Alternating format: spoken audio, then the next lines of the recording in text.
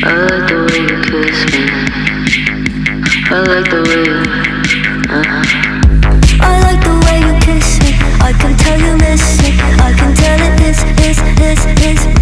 Not trying to be romantic. I hit it from the back just so you don't get attached. I like the way you kiss me. I can tell you miss me. I can tell it is. Not trying to be romantic. I hit it from the back just so you don't get attached. You bite my lip just for the taste. You're on your knees, I'm on the case. You take the heat and with such grace. You say we don't, but here you stay. said you're scared I'll let you down. Well, stick around and you'll find out. But don't you wanna make me proud? Cause I'm so proud, baby, I'm so proud of you. I like the way you kiss me. I can tell you miss me. I can tell it is. Not trying to be romantic. I hit it from the back just so you don't get attached. I like the way you kiss me. I can tell you miss me. I can tell it is. Not trying to be romantic. I hit it from the back just so you don't get attached. Go stress you out, can I help you out? Does it turn you on when I turn you around? Can we make a scene? Can you make it loud? Cause I'm so proud, baby, I'm so proud of you.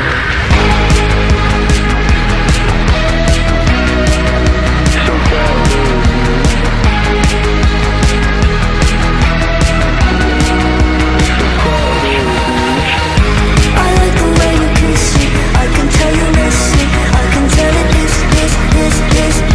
Not trying to be romantic. I hit it from the back just so you don't get attached. I like the way you kiss me. I can tell you miss me. I can tell it is. Not trying to be. Yo guys, Damien here. I'm going to be going over my bossing build for Ultimate Bunny. Yeah, let's quickly go over it really fast. So, this is the high voltage build. As you can see, we're using the transmod high voltage. This is where 95% of your damage on Bunny will come from. With this build, we're aiming to achieve the highest amount of crit damage and highest amount of crit rate you can safely achieve and still be useful inside group content. Because if we try to get any more crit rate or any more crit damage with this build, we will lose significant amount of survivability, which makes this kind of useless in group content. I think I've achieved the highest amount of crit rate and crit damage you can safely with this build currently. So right off rip, we run front lines for crit damage and crit rate. Once we run skill concentration for that crit damage. I run focus on electric rather than electric specialist, and I'll go over why once I get to my components. I run increased HP for base HP for the survivability. I run emergency measures for more crit rate and crit damage. Skill insight for more crit rate. I run spear and shield for defense. This is our defense mod, and base skill power. I run singular specialist, skill expansion, and dangerous ambush. So dangerous ambush is kind of core to this kit, especially for group content inside bosses. So a lot of the time the boss isn't going to be aggroed on you, so you're just getting a straight 24% increase to your base skill power.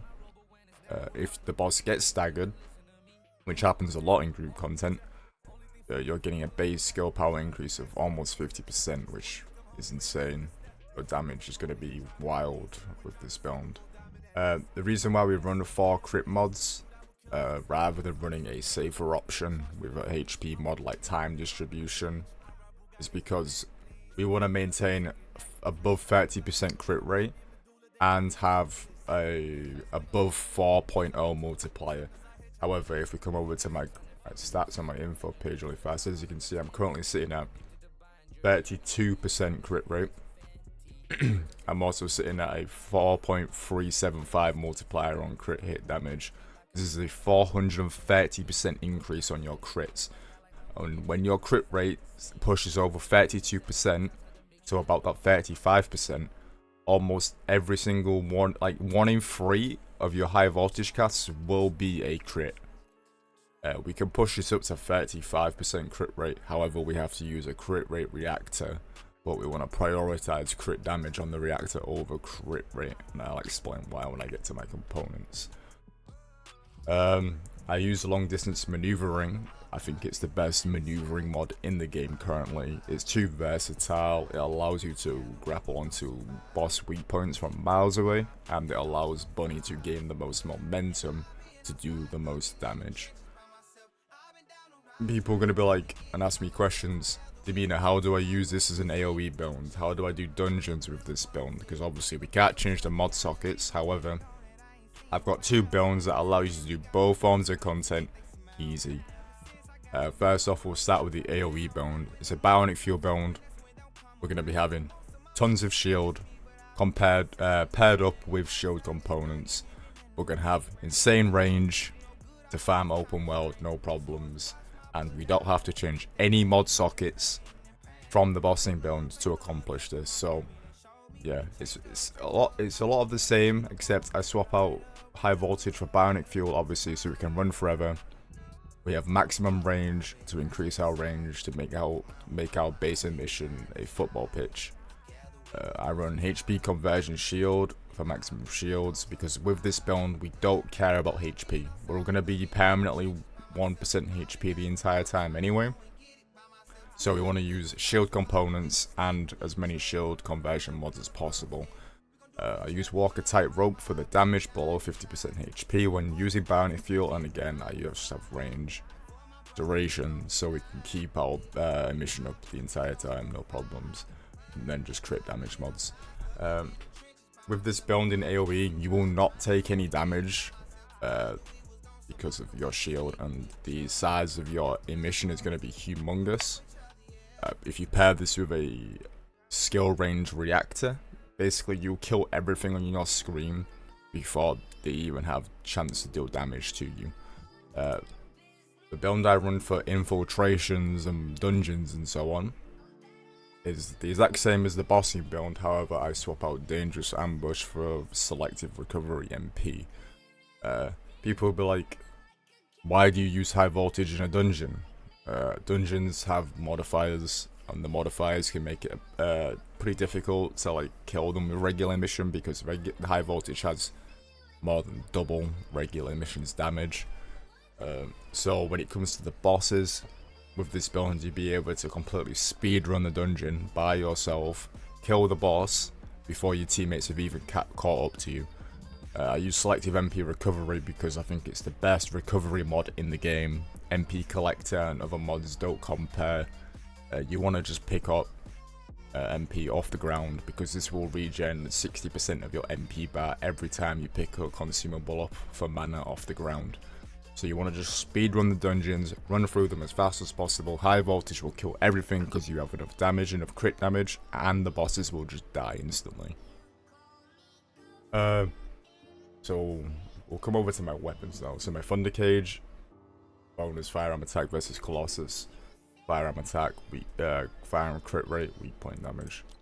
These are the mods for my Thunder Cage. Don't think you can get better than this. Obviously we have Real Life Fighter, stacks up to 10 times to give you 100% firearm attack increase. We run Edging Shot for increased crit rate. And a lot of the other mods are just basic Thunder Cage mods. We have fire rate, weak point damage, firearm attack, crit damage, firearm attack, crit rate, crit damage, and we run electric enhancement for that extra 30% element damage.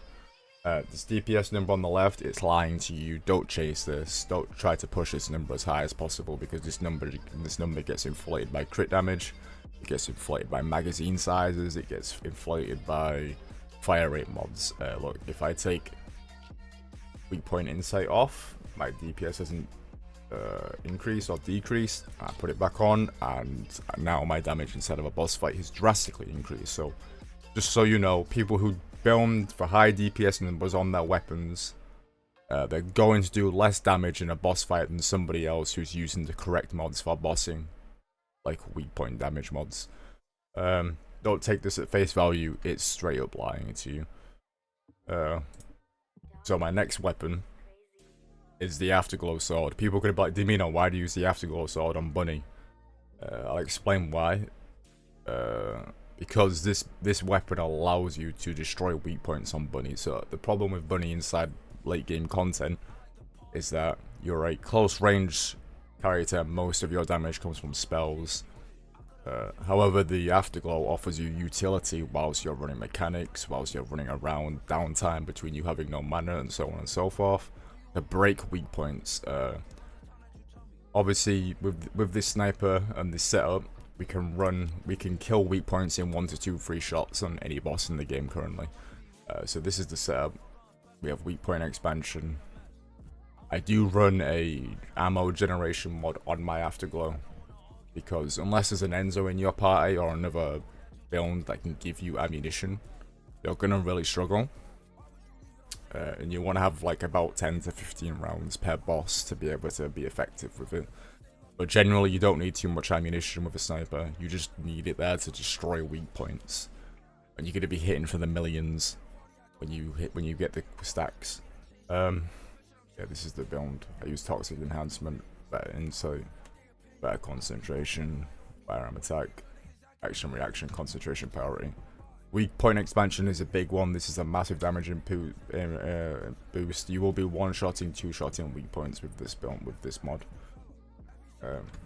My third weapon is the devotion. So this is a utility weapon only. This isn't a damage source. I use this strictly for utility in setting up Afterglow shots. So my mods are going to be better weapon weight for change speed, weapon change speed, and when changing from the pistol to any of my other 2 weapons, I get a massive boost of defense for 5 seconds. This is insane. If you're good enough, you can take advantage of this and give yourself over double defense in moments where you're going to take insane damage from the boss. Again, this pistol is just for utility. This is for debuffing weak points for the party and setting up Afterglow shots. So you shoot a couple shots off with the devotion onto weak points, you pull your Afterglow out super fast with a weapon change speed, and then you blow the weak points with your Afterglow. And then when the boss goes down, you run in and you use high voltage and kill the boss. The other mods, I just run reload modifier to decrease the reload time, and I use weapon expand charge to increase how many shots I can fire at the weak points. Again, that's just strictly for utility. So we come over to the unique ability, devotion mark. Yeah, see, devotion mark, duration 3 seconds, defense minus 15%. So whenever you shoot weak points on bosses, it inflicts this debuff on them.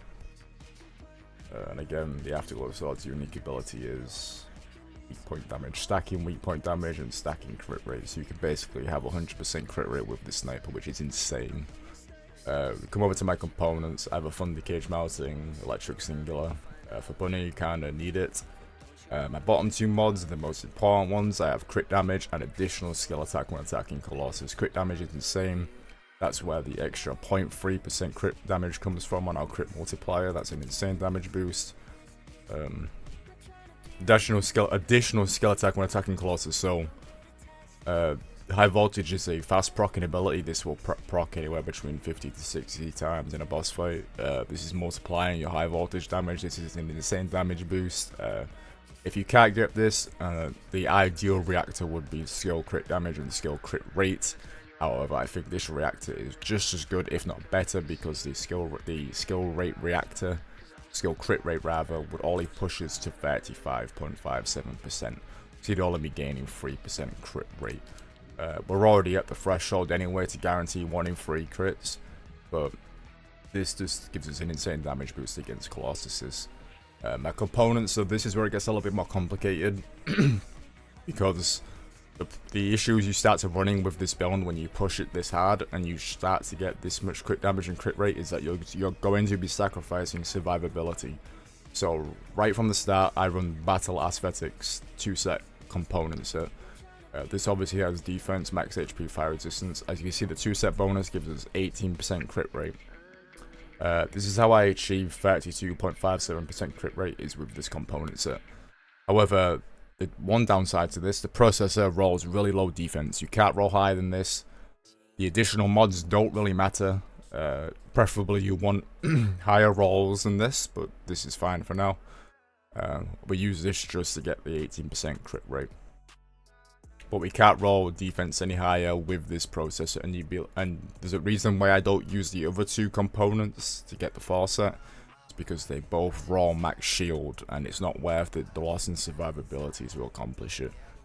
Instead, I run the Annihilation 2 set, which gives us enough skill cooldown, or enough skill duration, combined with Focus on Electric to keep high voltage up the entire time. So as you can see, my cooldown is 20.7 seconds, my duration is 21.1 seconds, so we have it up forever.